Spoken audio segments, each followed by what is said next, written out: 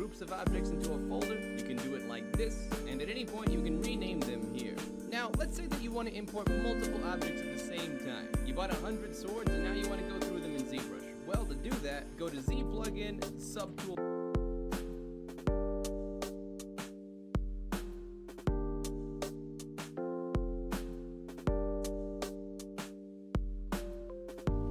Imagine if you could design products as quickly as your ideas flow.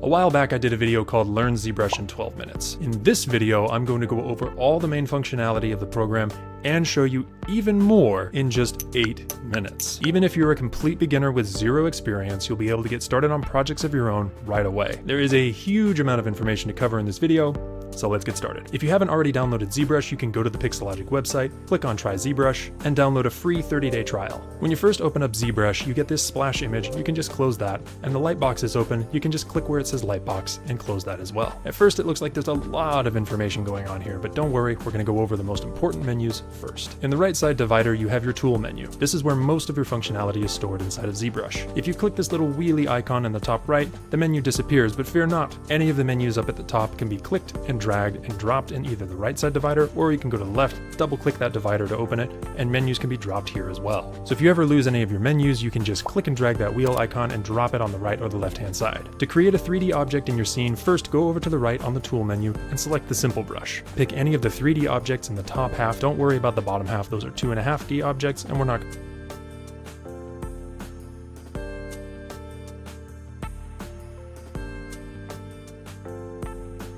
Go over to the right on the tool menu and select the simple brush. Pick any of the 3D objects in the top half. Don't worry about the bottom half, those are 2.5D objects, and we're not going to worry about them today. So choose any of the menu and select the simple brush. Pick any of the 3D objects in the top half. Don't worry about the bottom half, those are 2.5. In your scene, first go over to the right on the tool menu and select the simple brush. Pick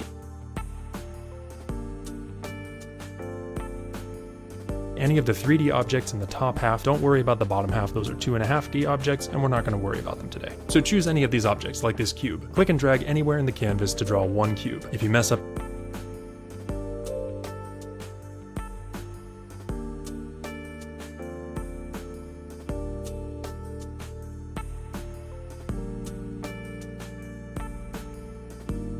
when you draw more than one cube, you can press Ctrl N on your keyboard to clear it and try again.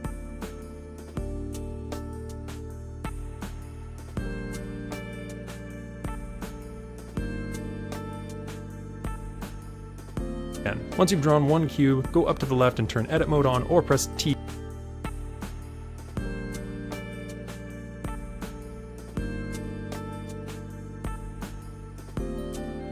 on your keyboard. Go over to the tool menu on the right and select Make Polymesh 3D. Now press X to turn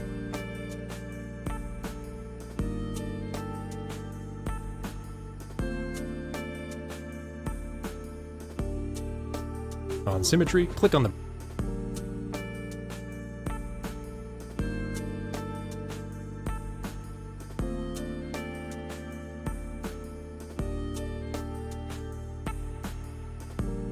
brush menu on the left hand side, or select a brush by pressing B on your keyboard. Press the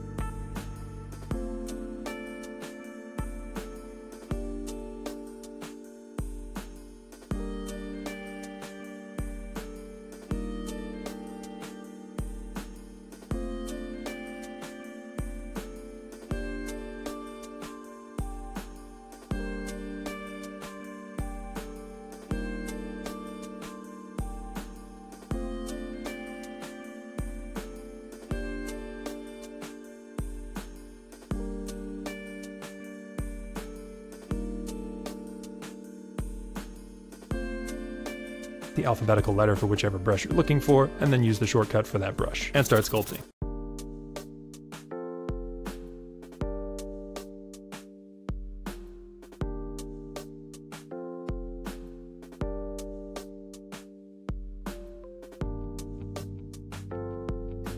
Worry about them today. So choose any of these objects, like this cube. Click and drag anywhere in the canvas to draw one cube. If you mess up and you draw more than one cube, you can press Ctrl N on your keyboard.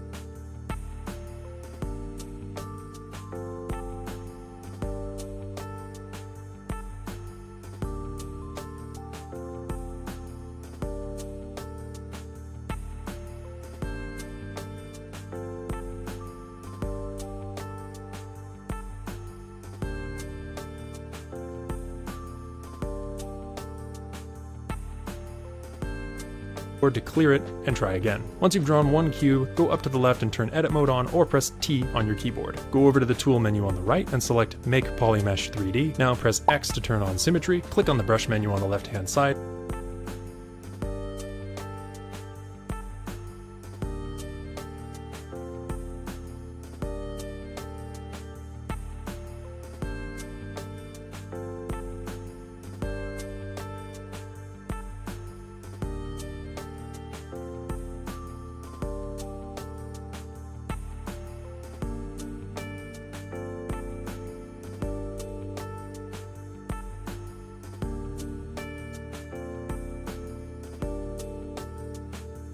Or select a brush by pressing B on your keyboard, press the alphabetical letter for whichever brush you're looking for, and then use the shortcut for that brush, and start sculpting. If you mess anything up, just hit Ctrl Z to undo it, and there's actually a timeline of your undo history right here along the top of your viewport that you can slide backward at any point in time. Now if you're new to ZBrush, you might have trouble sculpting if you aren't familiar with navigating in 3D space. If you click anywhere on your canvas outside of your object, it will rotate around in 3D space. Hold Alt, and then click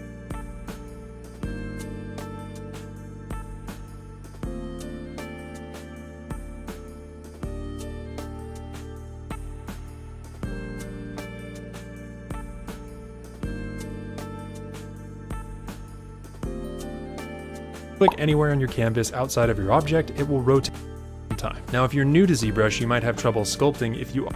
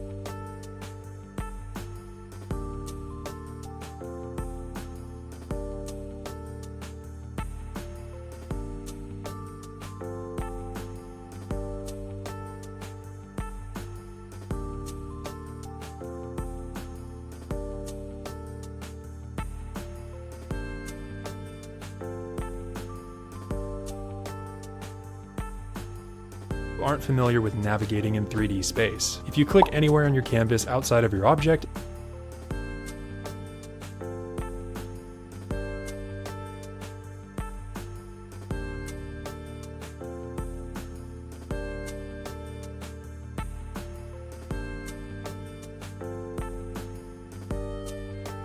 it will rotate around in 3D space. Hold Alt and then click and drag.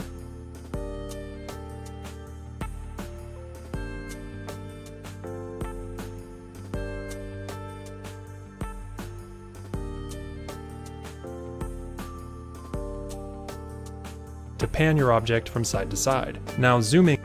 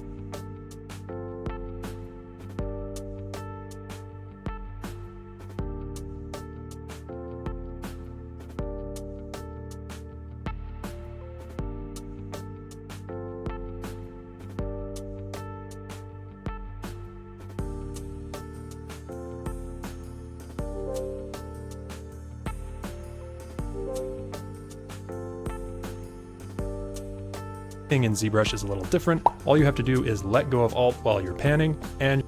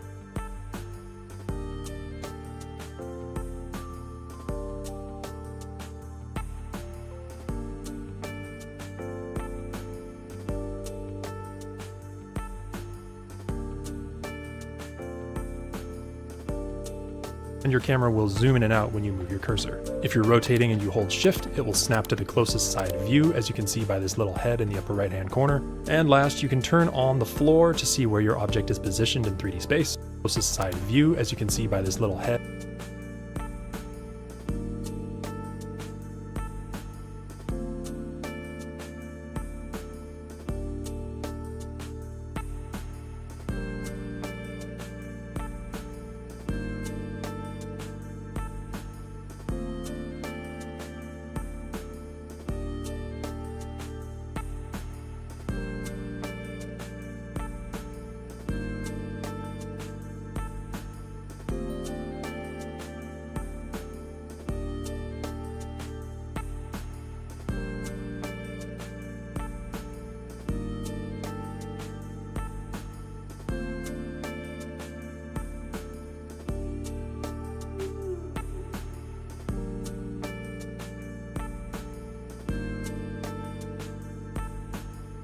In the upper right hand corner. And last, you can turn on the floor to see where your object is positioned in 3D space. And below that is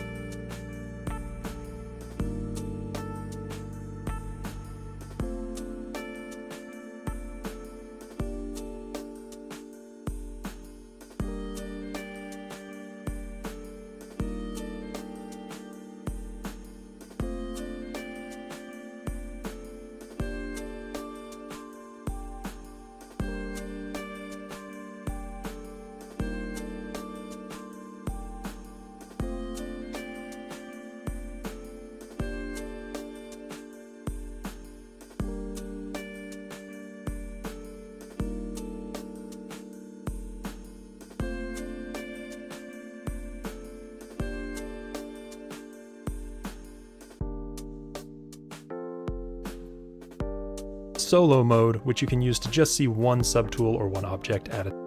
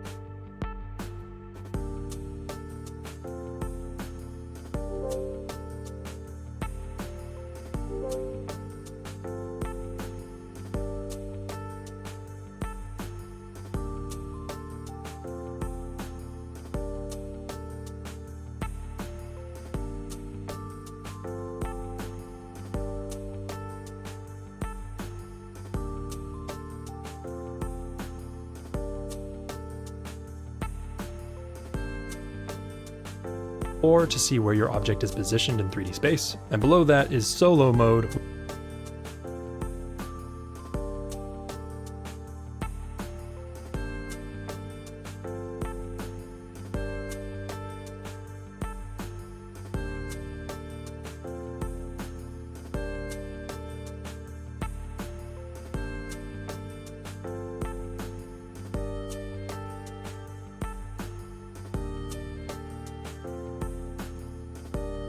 which you can use to just see one subtool or one object at a time. If you're using a tablet to sculpt with, which I highly recommend, you're going to want to go to Preferences, go down to Tablet, and turn Use Tablet on. Otherwise, you're going to spend all of your time adjusting your brush size and your intensity with this little slider up here, which takes forever. Even buying a simple $50 tablet from XPpen or Huion saves you so much time on. Otherwise, you're going to spend one subtool or one object at a time. If you're using a tablet to sculpt with, which I highly recommend, you're going to want to go to Preferences, go down to Tablet,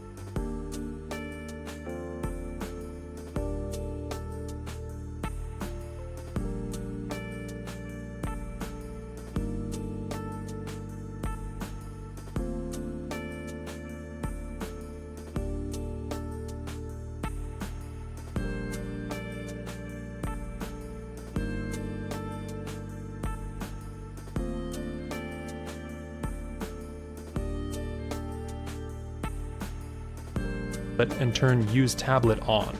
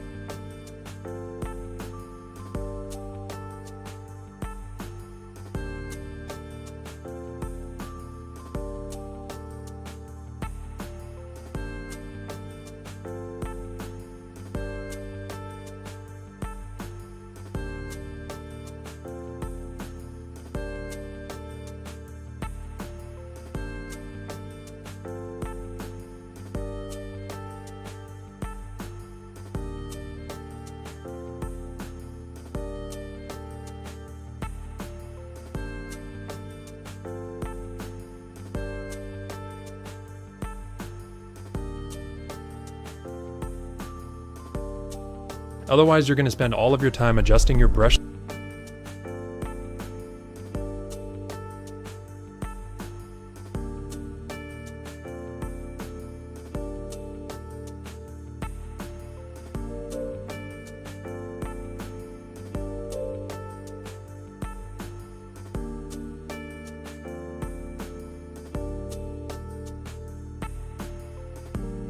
size and your intensity with this little slider up here, which takes forever. Even buying a simple $50 tablet from ExpertPen or Huion saves you so much time. You can sculpt using your mouse, but it's not going to give you the same level of control that a pen does with that pressure sensitivity. To change your brush size, press S on your keyboard and use the slider, or press space and you have a load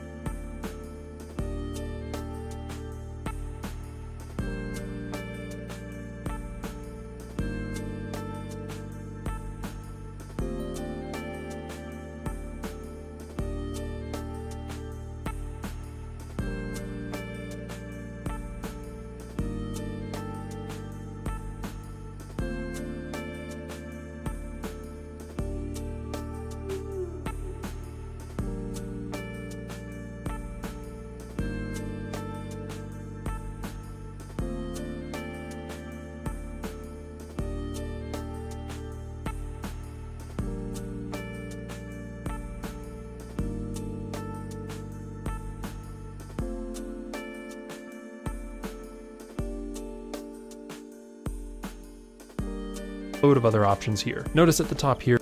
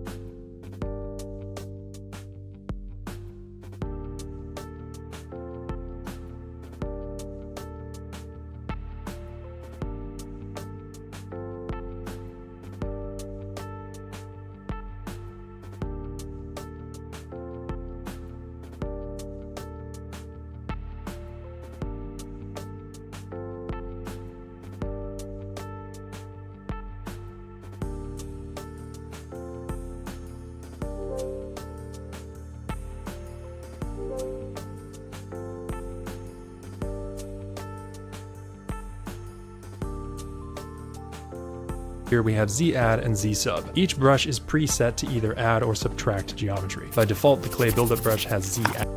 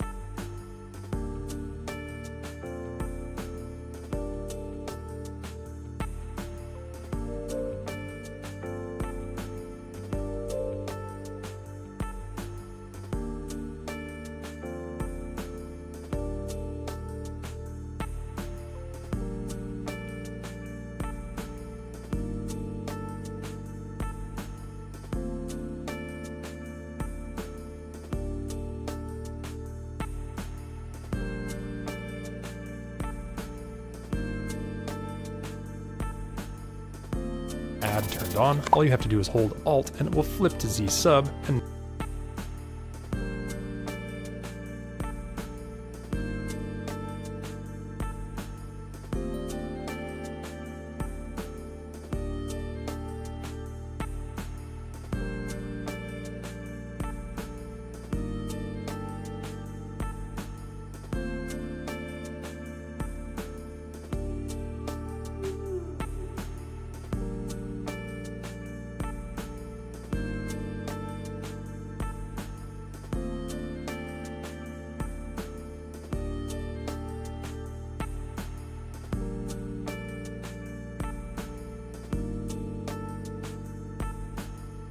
now you're subtracting geometry. This can be applied to most brushes, so try it out with every brush and see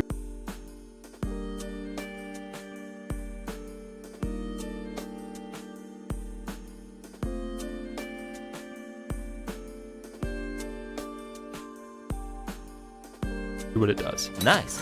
Just below your brush palette on the left, you have your stroke and your alpha. When you change the stroke or the alpha for a brush, it only changes it for the current brush that you're using.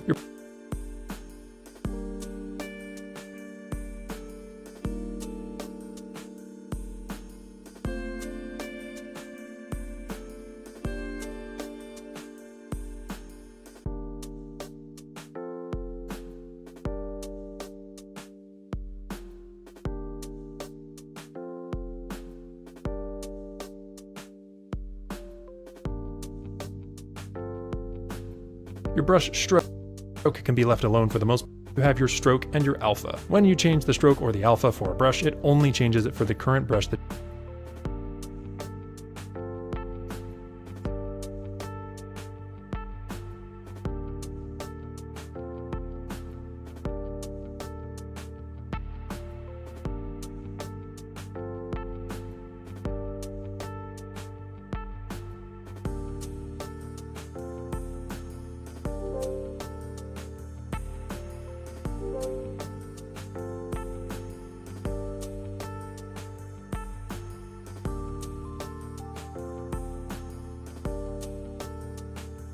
you're using. Your brush stroke can be left alone for the most part.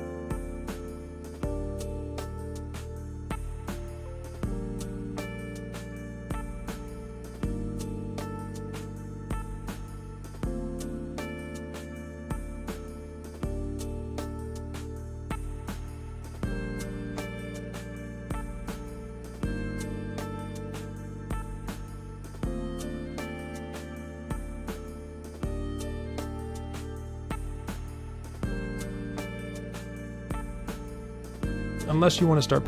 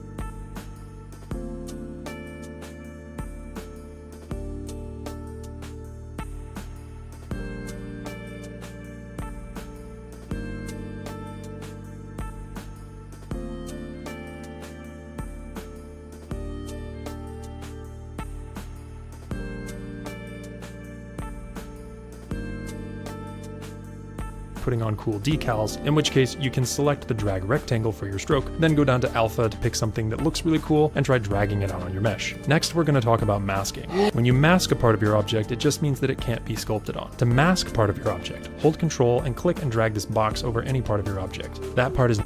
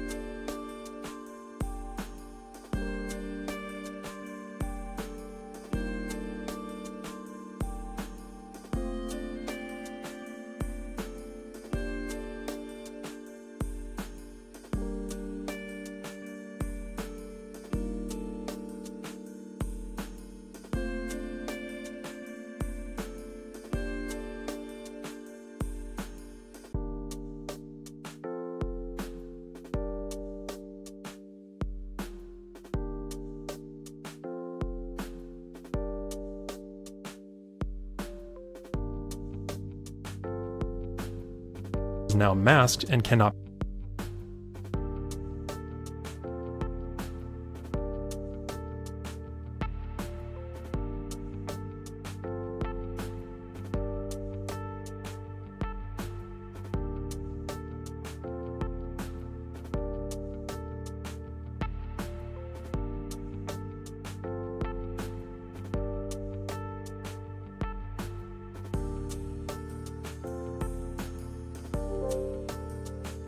be sculpted on. Hold Control and click one time on your mesh to soften the edge of your mask so that it's not as hard.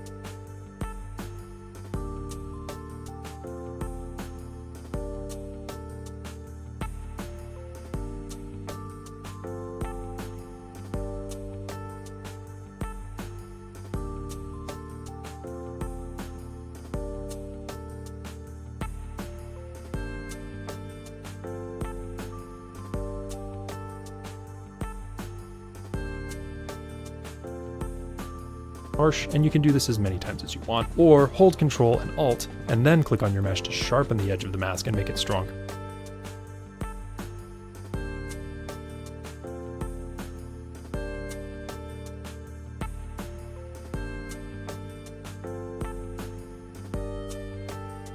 And to clear your mask, just hold Control, click and drag outside of your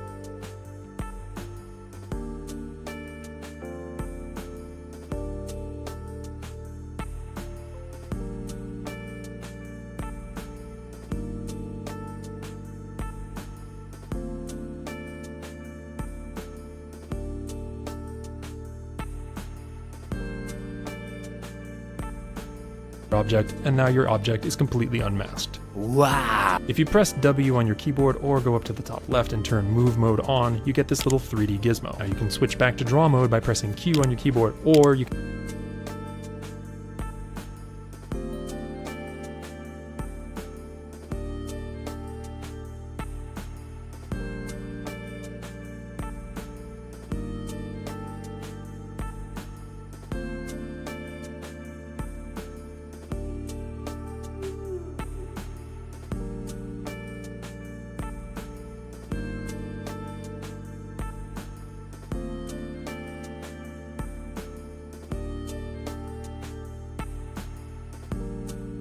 switch those options with these buttons here at the top. You can use this to move, scale, and rotate your object around in 3D space. If you hold Alt and click and drag on the gizmo, it will move the gizmo itself. Now when you rotate your object will pivot off of the location of the gizmo. If you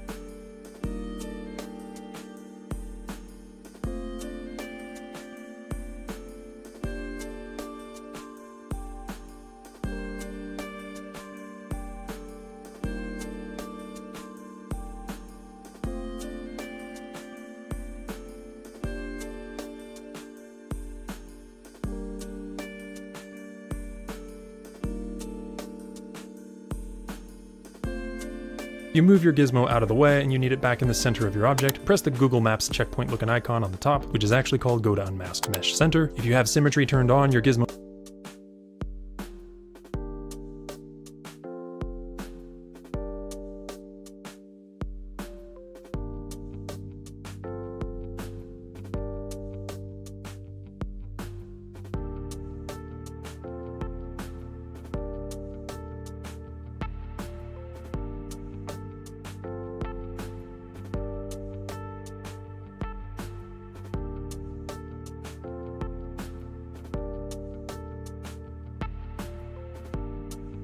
might not snap to the center of your object, so press X on your keyboard to turn symmetry off, then go to Unmasked Mesh Center, and your gizmo should be right in the center of your object. If you move your object way off in space and you need to bring it back to the center of the world space, simply click the Home button on your gizmo and it will take your object back to the world center. Nice! Alright, that covers all the basics. Now, let's look at the tool menu. The tool menu is the most important menu in Zbrush. It's the menu that comes pre-docked on the right-hand side when you first open the program. Under the main tool menu on the right, you can see all the objects in your scene by clicking the subtool menu. Right now, I only have one subtool on my list. I can add a new subtool into my scene by opening the subtool menu, going down to Append, and selecting a 3D object like we did before.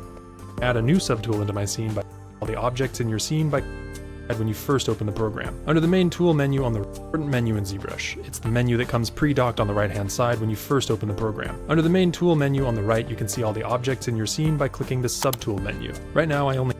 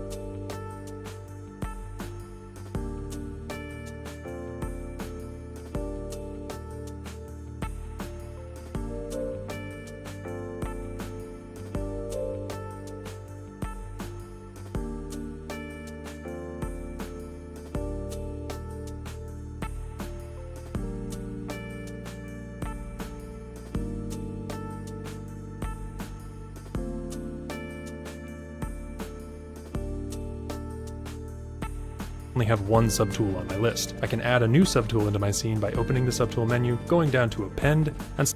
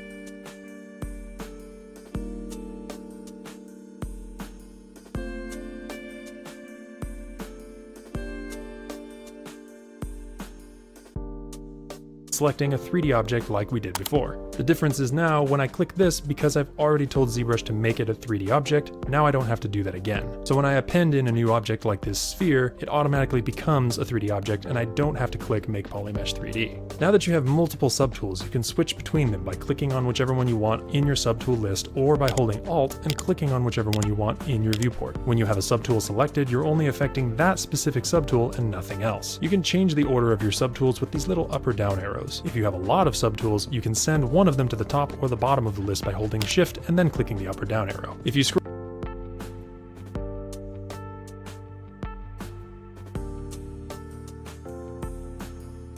lot of subtools, you can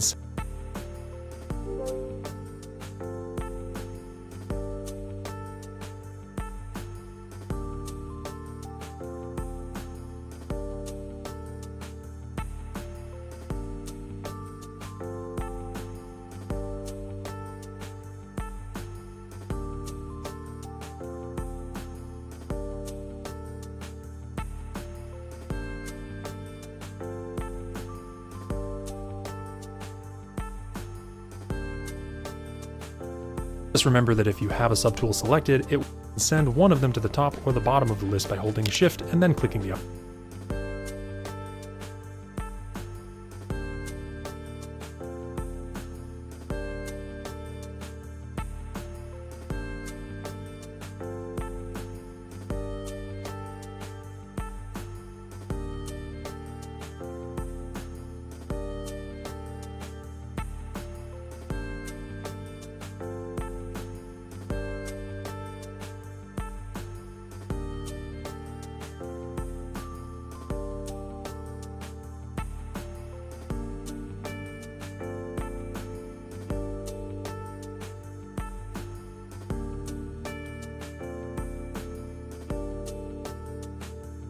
The up or down arrow. If you scroll down in your subtool menu, you can duplicate or delete subtools. You can also hide any subtool by clicking the little eyeball icon next to it and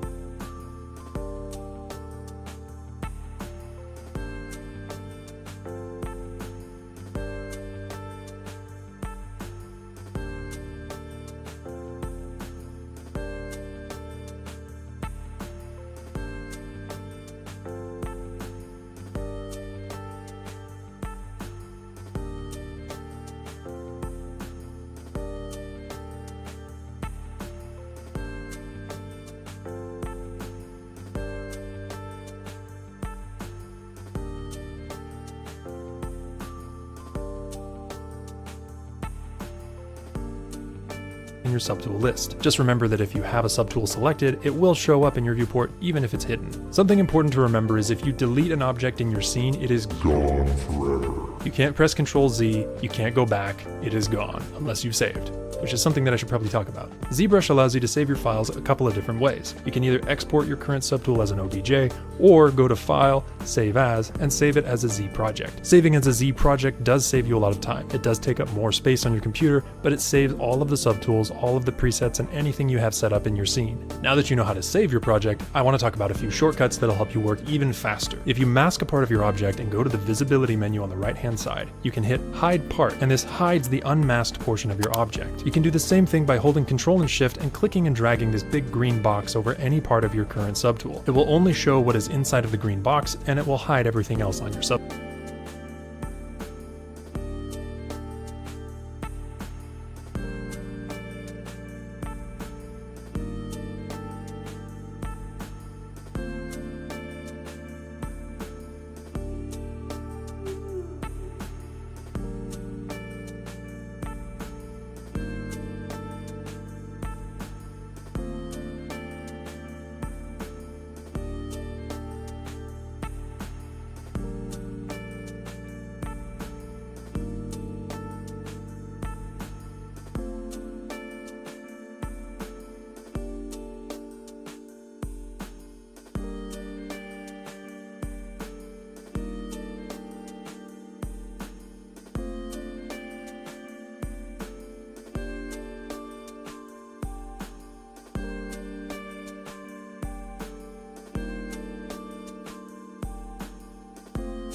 Subtool. If you hold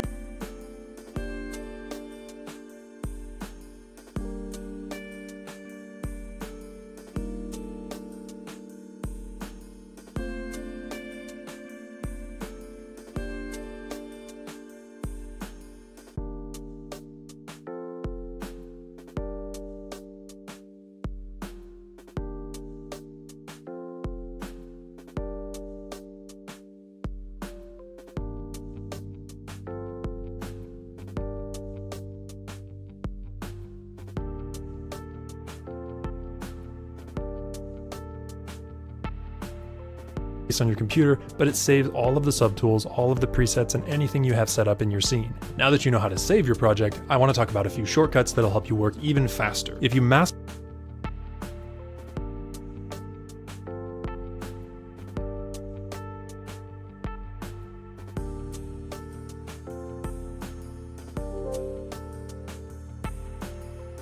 a part of your object and go to the visibility menu on the right hand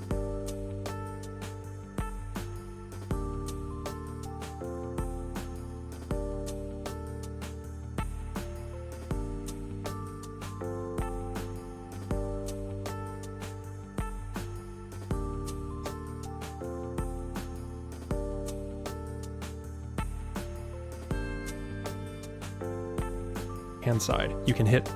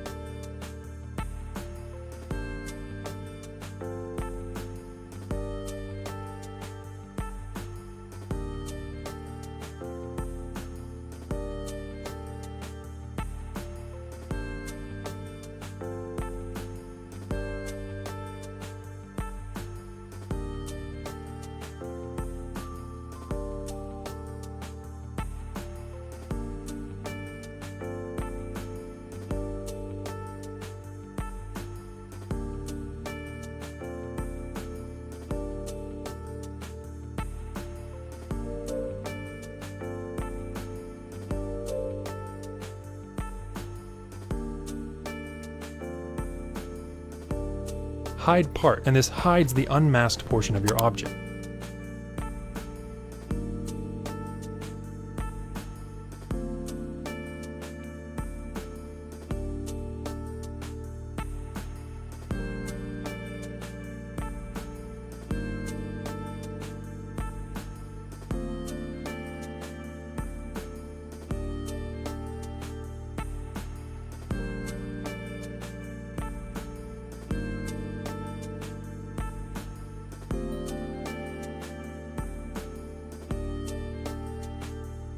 object. You can do the same thing by holding Ctrl and Shift and clicking and dragging.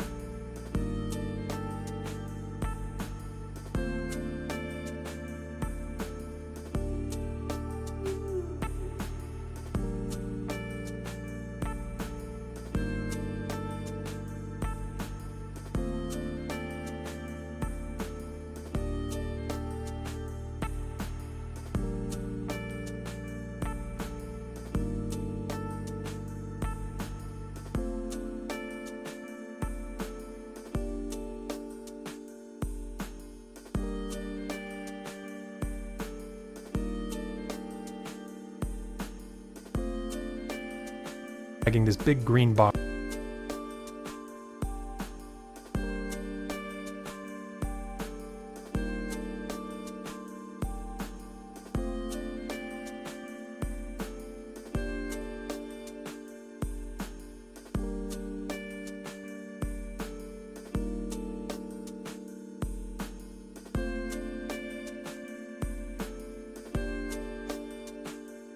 Over any part of your current subtool. It will only show what is inside of the green box, and it will hide everything else on your subtool. If you hold Ctrl and Shift and click and drag outside of your object again, it will flip whatever is showing to the opposite. At this point, you're probably wondering, why is this useful? The reason this is useful is because you can work in a powerful way to control your object using polygroups. If you mask any area of your subtool and press Ctrl W on your keyboard, it will change the vertex data of that section to its own unique.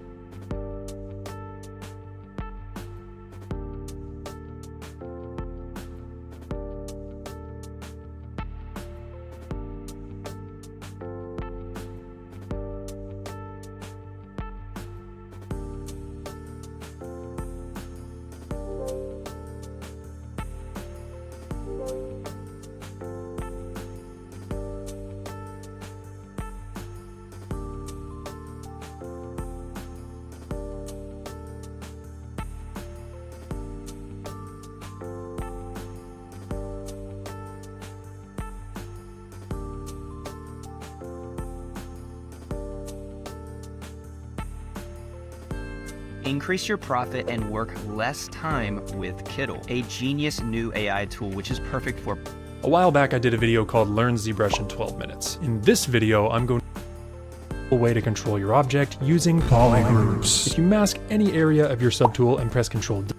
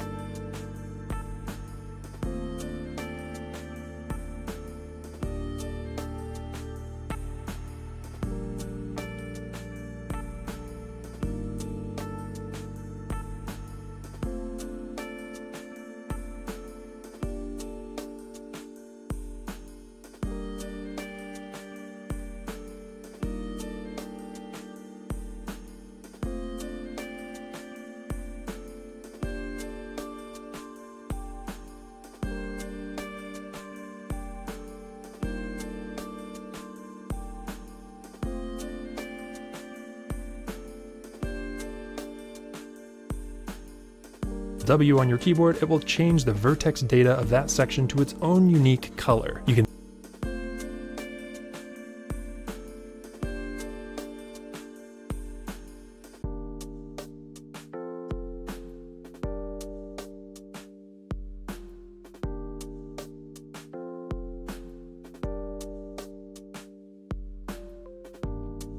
see these colors by turning on the poly frame button on the right hand side of the viewport.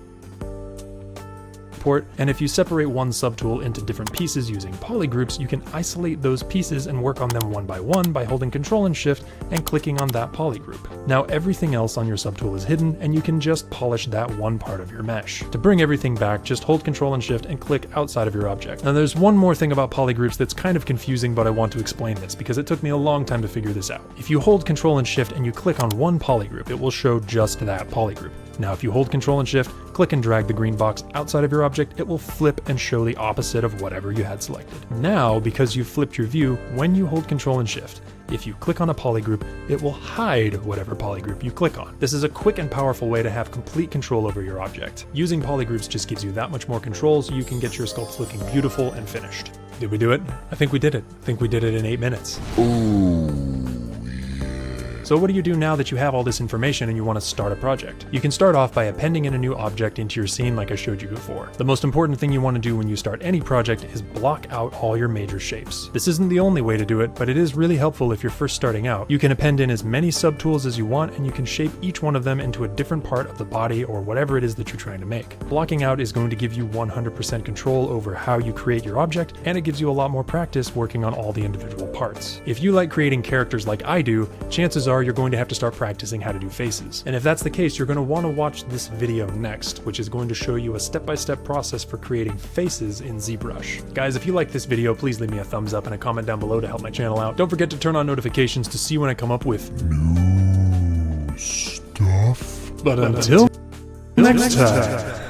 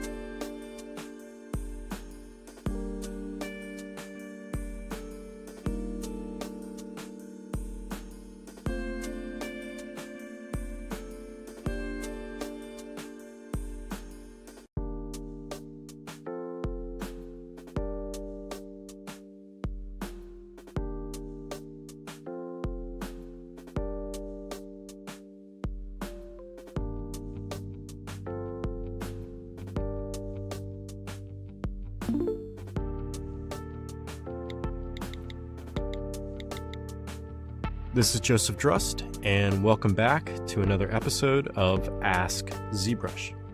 So we had a question sent in from a user on how can I delete tools from the palette over here after I have them loaded in.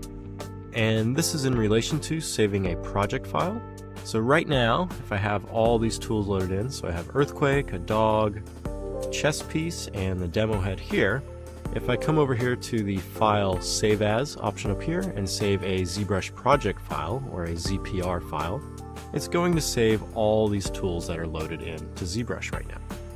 Well, let's say that I don't want all these tools loaded. Maybe I want just this chess piece here, and I don't want earthquake, I don't want the dog, and I don't want the demo head to save when I come to the File Save As. So how can I remove these tools over here from the tool palette? To do this, the process is pretty simple. We just need to come to the tool that we do not want, so say earthquake here, and then we need to navigate to the subtool palette, and then underneath the list of subtools there's a delete all button. Now when you click this delete all button, it's going to go through and delete all the subtools that are associated with that tool, thus deleting the entire tool. So here I just have the earthquake tool selected, and if I come over here and click delete all, and this little dialog is going to pop up telling you it's an undoable operation, so we're just going to hit always OK. And it's going to come through and delete all those subtools that were associated with earthquake. Now you'll notice it's just left a polymesh 3D star here, but you can see that the earthquake tool has now been removed from my tool palette. So we can go to the demo head now and do the same thing. Just go to this delete all and click it, and now the demo head has been removed. And now we can go to the dog and you click delete all, and now the dog has been removed. So now we are just left with that single chess tool. So now if we go back over here to the File Save As menu here to save that project file, it's only going to save this tool. The other tools we had loaded in are now deleted and no longer will exist with them.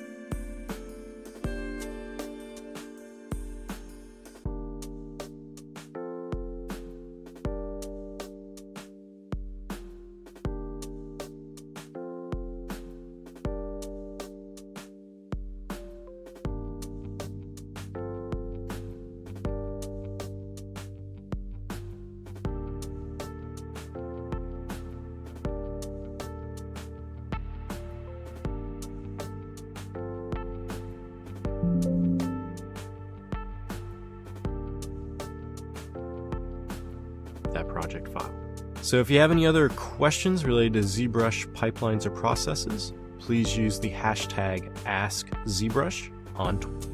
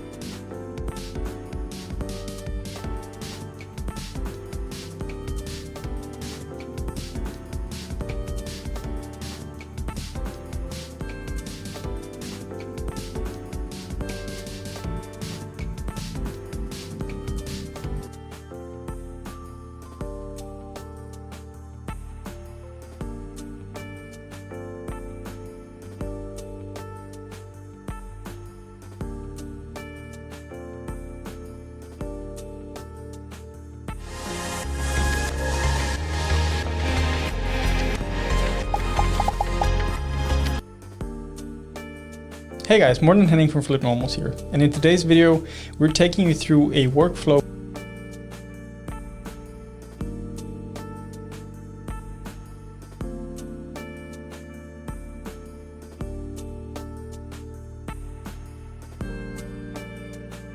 What's going on, everybody? My name is Ian and welcome to our Sculpts, and today I would like to talk about how to properly move your poly paint from ZBrush over to Blender a whole lot easier. This is an updated to my last video. If you hadn't seen that, which uses texture maps, please check that video out below. So let's get into it. Okay, everybody, so this video was inspired by a comment by the YouTuber Michael. He says, hey, I noticed the FBX export plugin wasn't working as well. It works if you use the export button under the tool menu. You can choose FBX and it brings over the poly paint. And I was really inspired by this, so I went ahead and checked it out. And so we're going to go over how to do that really quickly and just show you that it does work. So if we come into ZBrush, you can see that I have my really amazing Puji model, which will be available at some point soon, so check in for that.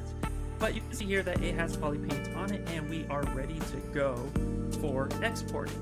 So what you need to do is if you come over to your tool palette, you can go ahead and hit this export button here, which immediately will bring up, you have the option for GoZ, Maya, FBX, OBJ, STL, etc., etc. So you'll click the FBX option, and when you go to hit save, it's actually going to bring up some options here. You'll choose the simple one, which is visible, and then usually default is selected, so you choose visible, and then also it defaults at FBX 2020. I find this FBX format to be a little problematic. So I choose FBX 2019, seems to be okay. Export cameras is defaulted on as well, but I like to turn that off, and everything else should be normal.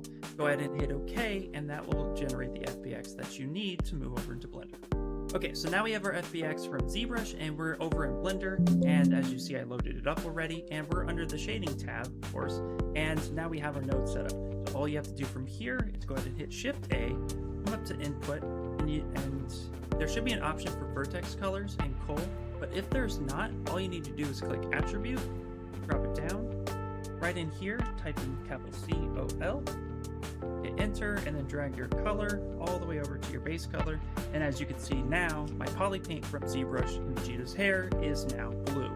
So that's it. That's all you need to do.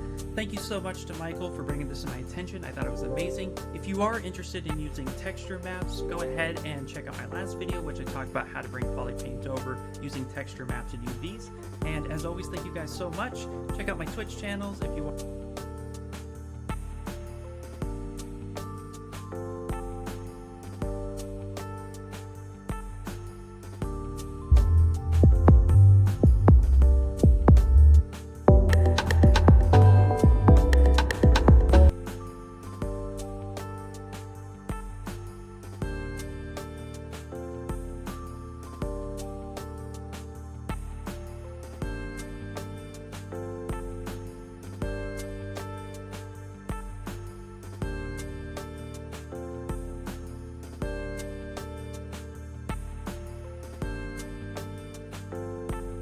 This is a real B&H birthday story. We've been known for our customer service since 1973.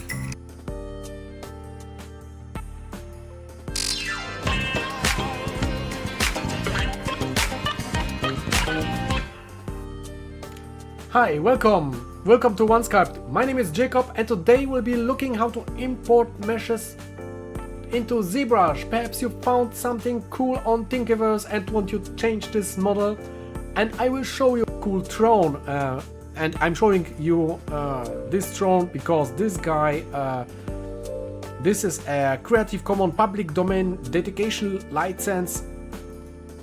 So when I click here, you can simply copy, modify, distribute and perform the work even for commercial purpose. What drone further and download the files, and I have already downloaded so where our subtools are, and we have here an import 3D mesh button, and when I press here, straight go to my the export import folder. I have this on G drive here in Tinky Downloads, Fantasy files. Here is the drone, and here are all files listed that ZBrush can handle. So this is a STL file, I can simply click here, open. The STL file will be import, skip color, I click OK, and the drone have been imported. And I can start to change the drone, perhaps change the chains or put some skulls here that I have already created. So that is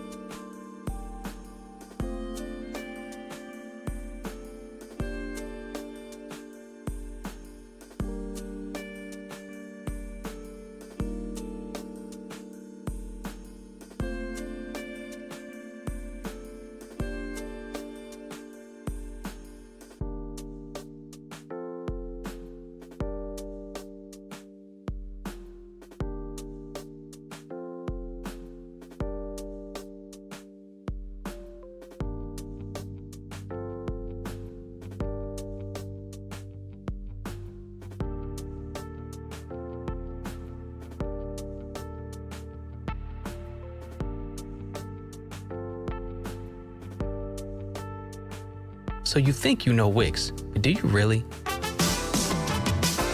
First up, we've got Shake Video Mask.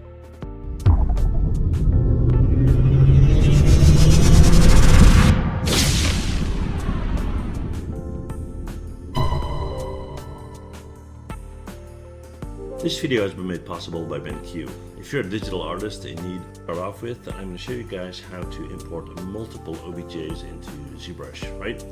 Okay, so I'm going to show my setup first. I got this axe right here, and instead of exporting the whole thing as one piece, I broke it down because that will allow me to work on individual segments in ZBrush, right? So what I got is I got my blade, I got the ring at the bottom there, I got the handle, and then I got the wrap, right? Now, I exported these as OBJs into a folder, and that said, let's jump into ZBrush. Alright guys, well, we're in ZBrush. As you can see, you saw my setup in Maya. I want to bring in the individual OBJs into ZBrush to make my workflow a bit easier, right? Now, the problem is when you do that, ZBrush will create a little problem if you don't know what to do. So I'll show you what the problem is first, okay? So I'm going to go up to the top right corner. I'm going to click on Import. Let's go in here, take the blade, click on Open. I'm just going to drag that out, hold Shift to snap it like so, and then hit Edit or hit T to make it editable, right? Okay, cool. So we have the blade. Now let's bring in the next section. So I'm going to go up to Import. Let's do the handle. Let's click on OK. Now what you see is as soon as you import the second OBJ, it will replace the first one, which is kind of annoying, right? Now there's an easy fix for that. What happens is, what you need to do is you need to select something else before you import the second one. So I got my handle right now. If I want to select the second OBJ, I'll just go in here and select the star symbol right there. And that is the one that's going to be replaced. Okay, so I got the star. I'm going to go in to import. And let's take the blade. Let's import that. So now we have in our overview a blade and a handle. Let's keep on going. Right? Import again. Blade, handle. We'll take the ring. Open that up. We've got 3 of them right now. Select that star again. Import. Go in. Take the wrap and open that up. So right now we got an overview of 1, 2, 3, 4 sections, which is our complete axe. Right? Cool. So now if I go to the subtool menu, I got my wrap and nothing else. But how do I get all the others in here? Well, that's fairly easy. If you go down to the bottom here, you got a button called Append, right? Right now I've got the wrap. I'm going to click on Append. I'm going to go up here. That is a bit sensitive with the pen. And let me just take this ring, for example. Now, trust me, it's there. Okay? We're going to go back to Append. We'll take the blade. There it is. We'll go to Append. Let's take the handle. Alright, so now if we zoom out, you'll see I got the whole thing going on. And that's how you do that. So hopefully this was helpful. I'm going to be